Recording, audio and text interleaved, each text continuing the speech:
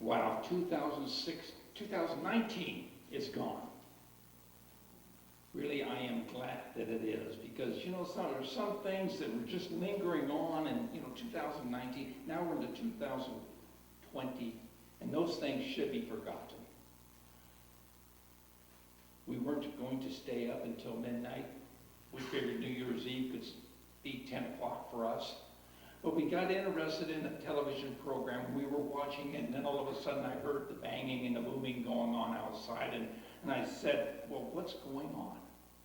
And I went outside and I realized that nobody was being hurt or anything. It was just neighbors shooting off their firecrackers and whatever. So we did watch the New Year's come in, but we realized it's no different than it was just a minute before. We went out, we closed the door on 2019, and we tiptoed into the pages of 2020. Blank pages that we're going to fill, each one of us, with choices that we make. And if you think about it, we're already 4 days into 2020, and you probably have already made maybe 200 or 300 different choices. I chose to get up this morning. Am I going to have oatmeal or cream of wheat? Am I going to vacuum the floor today? The choices that we make, because we all make choices constantly. And as I was thinking about choices and some of the choices that were made in the Bible, the story of Samson came to my mind. I thought that Samson made a lot of poor choices until I really looked at it this week. Turn in the Bible with me to the book of Judges. Judges 13, we're just going to kind of skip over 13, 14, 15, and 16 because it is the story of Samson. It's the story at the beginning of Samson and the end of Samson, but you got to remember that there's 20 years in between the beginning and the end. And we don't see much of Samson and his ruling as a judge. We just see the beginning and the end. Just kind of leaves us there going, So it says here that Samson's parents were doing what parents do. And the angel of the Lord came to Samson's mother and said that you're going to have a child. And she, of course, being elderly, she said, now how can this be? I'm barren, I'm an old lady, I've never had any children.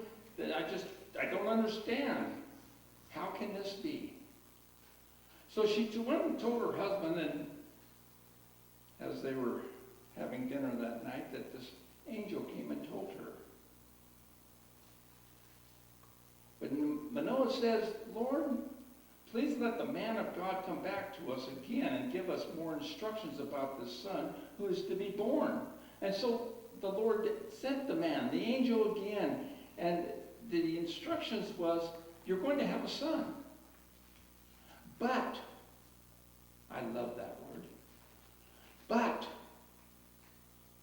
during your pregnancy, you cannot eat grapes, raisins, or drink any wine. Because this child is a child of God. He will be a Nazirite. His hair is to grow long. I tried to find the best I could the age of Samson when he became a judge. And I couldn't find it. But it said that he ruled as a judge for 20 years. So I'm going to step out of here on a limb and say that he probably became a judge when he was 22. You just can't be a judge just fresh out of judge's school. You can't become a judge if you're still wet behind the ears. At least you should, maybe have enough facial hairs that you look intelligent. So maybe 22, he became a judge, and he was a judge for 20 years. And like I said earlier, all we see is just the beginning and the end. Have you ever wondered how long his hair was? because one of the requirements that the angel said was that his hair was never to be cut.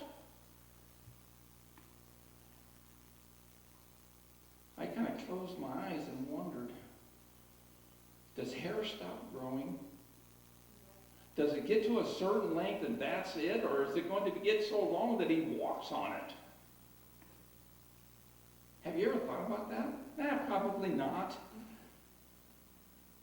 But it says in our Bibles that Samson grew up and became a judge. And Samson became very, very strong. He was buffed. He had muscles on top of muscles. I can only imagine that his arms are as big as a small tree. And his chest was puffed out there with muscles. And that he had a six-pack. That he was physically fit. He was not only physically fit, but he was also a handsome man, in my imagination. Because it doesn't seem to me that he had a problem with the ladies.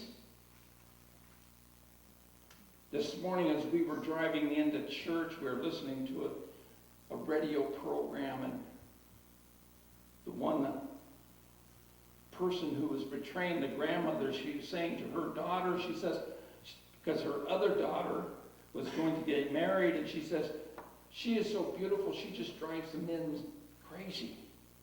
I believe that Samson was something to look at as he walked down the street, his hair flowing in the breeze, his muscles rippling, and with a smile on his face, Samson. So they had their son, and they did as God said. They didn't cut his hair. And when Samson became old enough to think of marriage, he went away from his home, and he went to the Philistines, and he found a cute young thing that just made his heart go pitter-patter boom. And he went back home and he said to his parents, hey, I found this young lady and I want to marry her. Make it happen. Make it happen. I'm so glad that we don't have that custom today. I'm glad that I was able to choose who I wanted, and I could ask. I could make the arrangements, and I was happy to do that. But Samson said to his father and mother, go and make the arrangements. Make this thing happen. And they said, no, this is not good. This is not good. You should probably find somebody in our own tribe. Find someone. But why go outside of our tribe? Why? It's not something that God wants us to do. But yet, as I read in the story of Samson, it says that God led him. It was part of God's plan for him to marry this lady, this girl of another tribe. So it says in our Bibles as we read it, 13, 14, 15, 16 of Judges, that they went down and they made it happen. Now, one of the interesting things that we don't see in Judges, that we don't see here, is that when you become engaged, when you got married in these times, the man went home back to his place of dwelling, wherever he lived, and built a house. He just didn't take his bride and, hey, let's go and maybe this will work out. He left her behind, and he went back to his hometown to build a house. It's interesting that the Amish has a rule, if you will, that when you get married, you live in the bride's parents' home for 1 year. Interesting. So Samson went for 1 year. He went back home and was doing whatever Samson does, and at the end of the year, he went back down to get his bride. As you see, Samson's making choices every day. And as I said before, I thought for a long time that Samson made a lot of wrong choices. But after reading this, I'm going, wow, God was leading. And he went down to claim his bride. But when he got there, his father-in-law met him at the door, if you will, and said, I thought you hated her. You've been gone a long time. I thought you hated her, so I gave her to your best man. She's married to him. Now, the next sentence out of the father-in-law's mouth would concern me if I was the daughter that was given to somebody else in marriage, because he says, why don't you take her little sister? She's more attractive. Well, wasn't that kind of a slam towards the first daughter? But Samson, he rebelled. How can you do this? How can you do this to me? And he went out and killed a bunch of people. Killed a bunch of Philistines. Well, you know, you can't have an action without a reaction. There always is action and reaction. Sometimes the reaction is subtle and it doesn't offend anybody or whatever, but in this case, the reaction was devastating. The Philistines said, wow, we've got to pay this guy back for what he did. And they went, you remember the story? And they got the father-in-law and his bride, which wasn't his bride, and they burned him up. Burned them up, killed them right there. Choices every day. Choices are made. Well, action, reaction. It just keeps snowballing. A domino effect, if you will. Wow, we can't have this, Samson says, so he made a choice. And this is really kind of a cool part of the story. He catches 300 foxes, ties their tails together, and puts torches in the tails and turns them loose in the wheat fields. Turns them loose in all of their vineyards and in their orchards, and destroys the Philistines' food that they're going to have for next winter. Can you imagine that picture? I can't even imagine trying to catch one fox, but he caught 300 of them. Action, reaction. Now we have more reaction, more retaliation. It just continues on and keeps mushrooming as we look at the story. One night, Samson went down to Gaza and decided that he was going to visit Gaza, and our Bible says that he was there with a prostitute. The men of Gaza heard that he was there, and they planned, let's just hang out at the city gates. Let's just wait for morning. Because when Samson wakes up, and Samson's on his way home, we're going to capture him, and we're going to kill him. Can you imagine one man putting that much fear in a whole nation? Can you imagine how hateful and revengeful they were of Samson? Well, Samson got wind of this. And our Bible says that he got up around midnight. And as he went down to the city gates, he grabbed a hold of them, posts and all. We live in a gated community, and I estimate the gate it probably weighs about 800 pounds. And it's a cheap, flimsy gate. I think if you ram it hard enough with your car, you can get in. Calculating in my head how much these gates, wooden gates, large enough that they could get a horse and buggy through, a wagon through, they could get the army through, how much this weighed, and then he took the posts too. I'm not sure what kind of material they used to make the gates, posts, solid in the earth. We use concrete. Dig a hole, put the posts in, pour some concrete around it so it stays stable. Our Bible says that Samson grabbed a hold of the post, the gates and the post, and carried it off to the mountain. Off to the mountain. And then he hid in a rock. Philistines went to his people and said, you know, this guy is just nothing but trouble to us. He's a pain in our side. And we think you need to help us. Capture him so that we can kill him. His kinsmen, his relatives, people that he grew up with, thought that that was a pretty good idea. Let's make peace with the Philistines, and we will go get Samson, and we will deliver him to them. They went down, found Samson, and they said, you know, we need to make this right. We need to have peace with the Philistines, and if we deliver you to them, we will have peace. And Samson said, hey, no problem. Sounds like a pretty good idea to me. I'm all for it. Why don't you tie me up so it looks real and take me to the Philistines? Choices.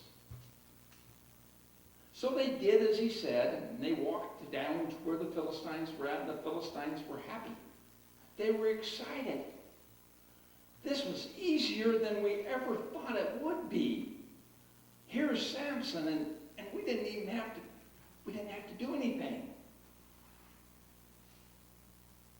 Now, if you thought the story of Samson and the foxes was pretty good, this is even better. Because as he was standing before the Philistines tied up, he broke the cords that had him together, grabbed the first thing that he saw, which was a jawbone of a donkey, and he kills 1,000 people right there. How's that possible? If I thought somebody was going to harm me, I would do the best that I could to stop him. And if there was 1,000 of my friends with me, I think we could have stopped him. But no, he slung that jawbone and he killed 1,000 people.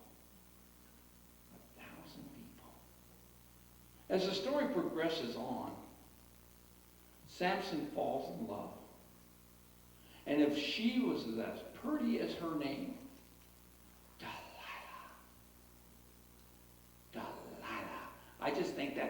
I think that name has just oozes with attractiveness. Falls in love with her and he marries her. The Philistines, they said, this is one of our own. This is a Philistine girl. She's got loyalties. She will do whatever we ask her because of loyalty. So they presented to her this case. If you will tell us what is the strength of Samson, we will give you, each of us will give you 1,100 pieces of silver. 1,100 pieces of silver equates to 28 pounds. Now, there's 5 Philistine leaders, judges. So 5 times 28. In today's market, it would be over $40,000.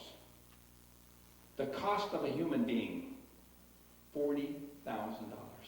It's $40,527.84 if you want to look it up. She said, yeah, that's not a bad plan. I have loyalties to my country. Yes, that's not a bad plan. And Samson was asked, why are you so strong? What makes you so strong? He said, well, if my hands were tied together with a wet rope, I would lose my strength.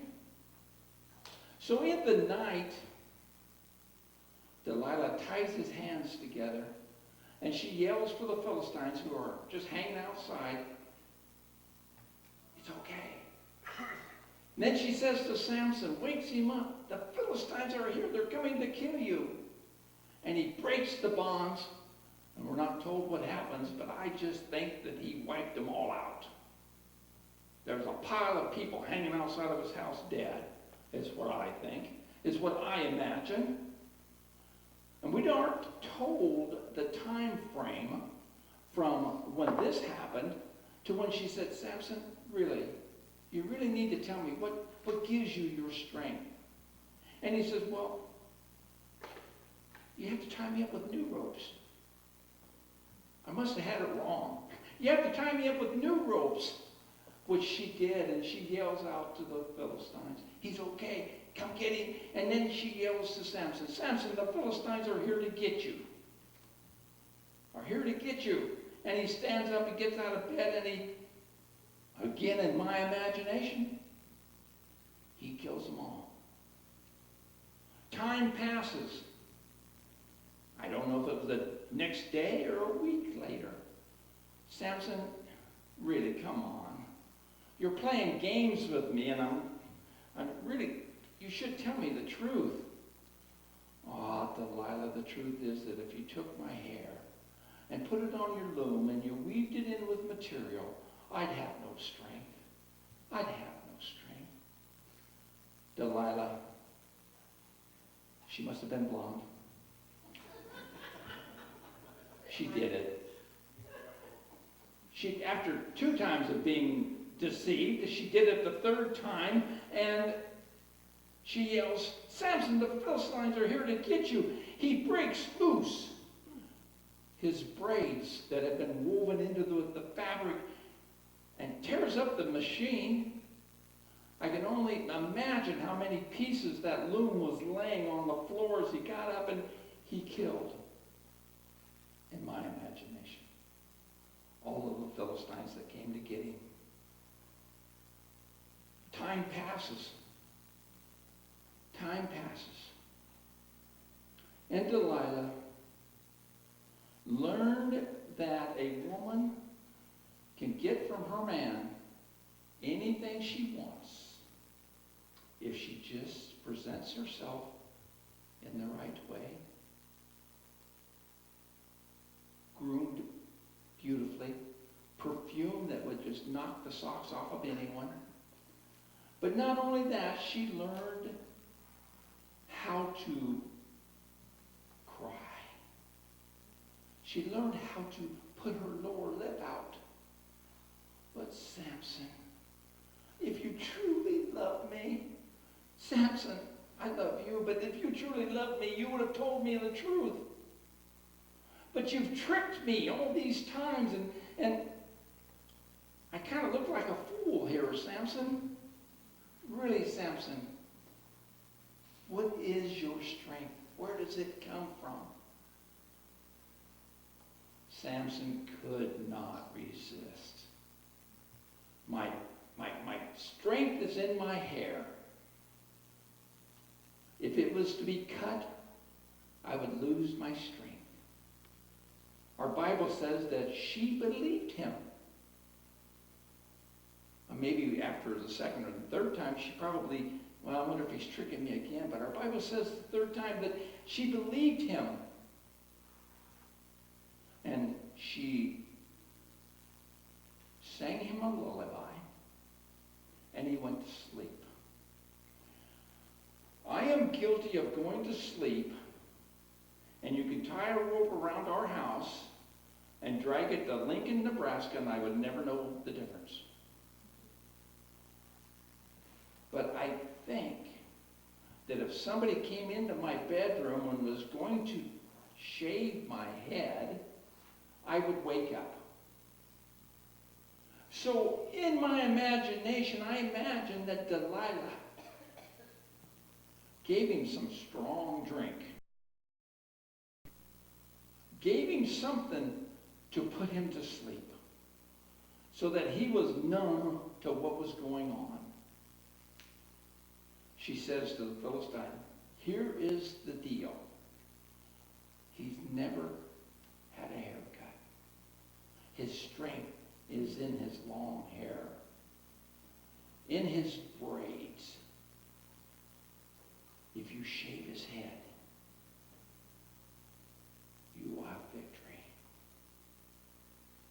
So they came in and they shaved his head.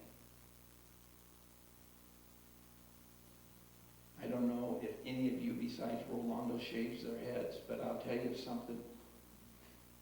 It's not something that you experience without feeling a little nicks and gadgets. I can't explain to you how it feels. I know how it feels because I had my head shaved once. It would wake you up. Samson had his head shaved right there.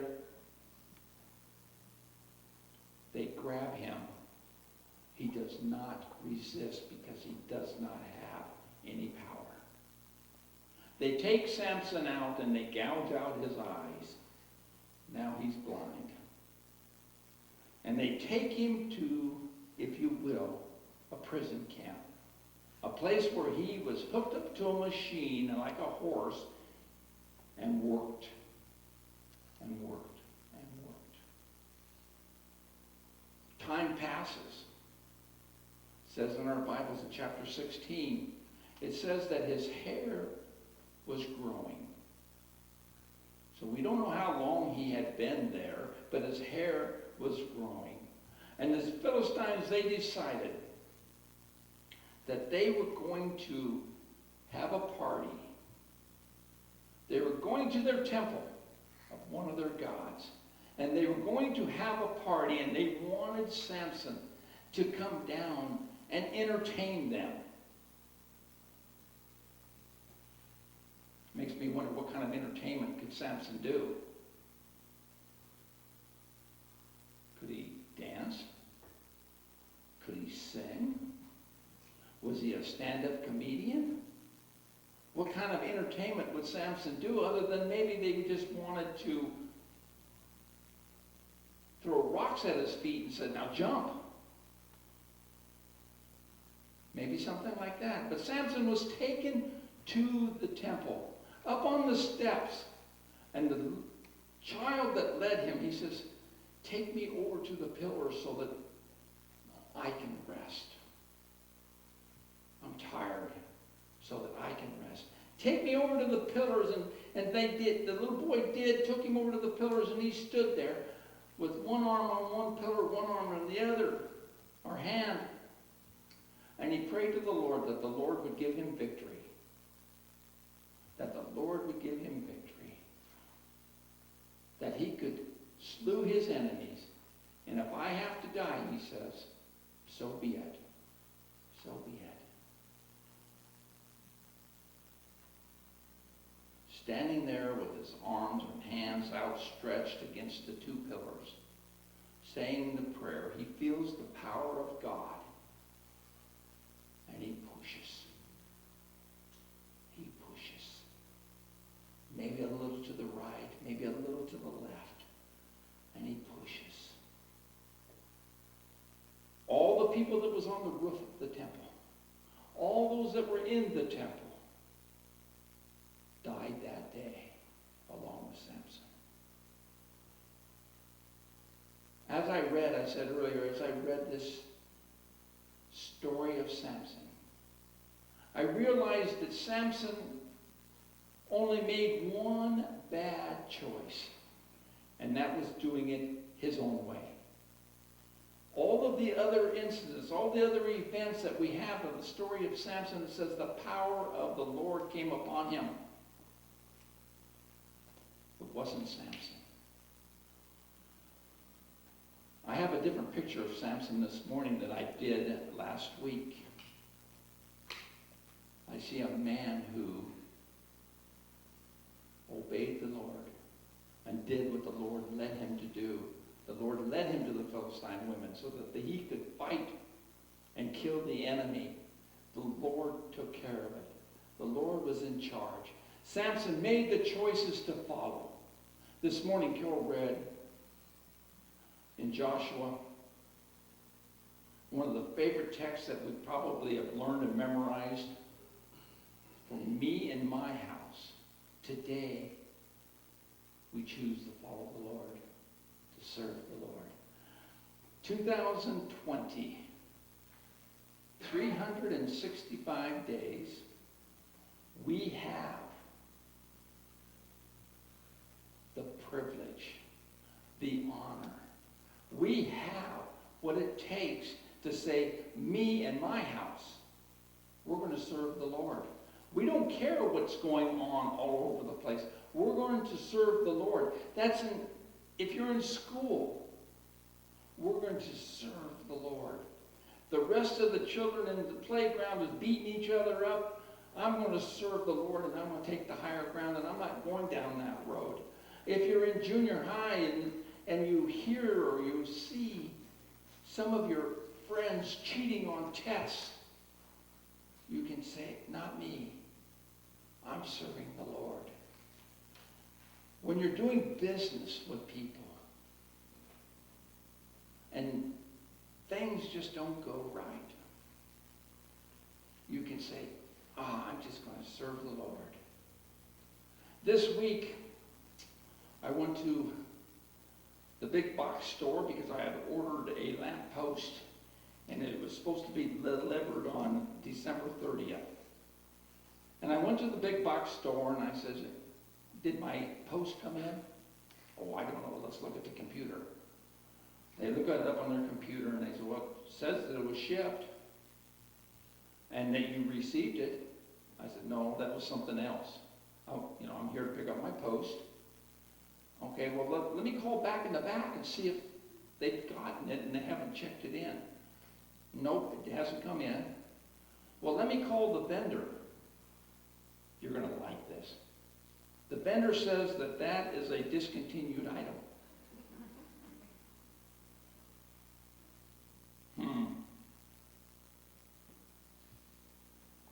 Okay. You have one on the shelf. Can I have that one? I don't think we can do that. I have a receipt said that I paid for a post. That's the post. She said, well, let me go talk to my manager. And she goes back, talks to her manager, and she comes out and she's smiling real big. And she said, yes, we can give you the display. That was kind of a no-brainer. If it's a discontinued item, you're not going to get any more. Why would you want it on your displays? Okay. I said, fine. She said, we'll get it taken down off the display and we'll have it for you. I said, okay, I've got some other things I need to look at. And I went and looked at them and I came back. Standing around the display is the lighting manager, the person who's going to take the post off the display, and the lady that's helping me. And the first words out of her mouth was, there he is right there. And the lighting manager says, I can't give you my display.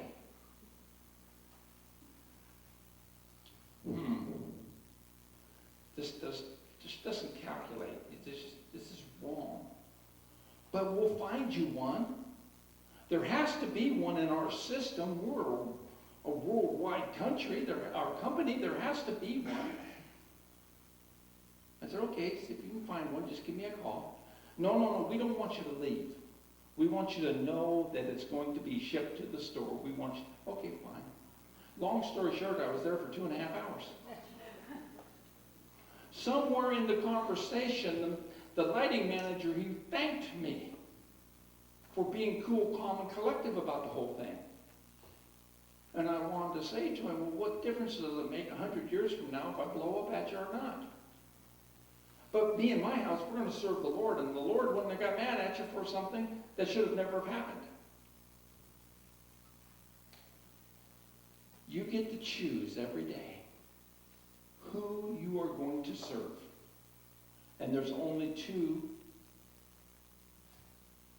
masters, if you will. God or Lucifer. That's your two choices. Today you get to choose. But for me and my house, we're going to choose the Lord. Let's pray together. Father God, I want to thank you so much. I want to thank you so much that we have the stories in the Bible. I want to thank you, Father, that we can choose who we are going to serve.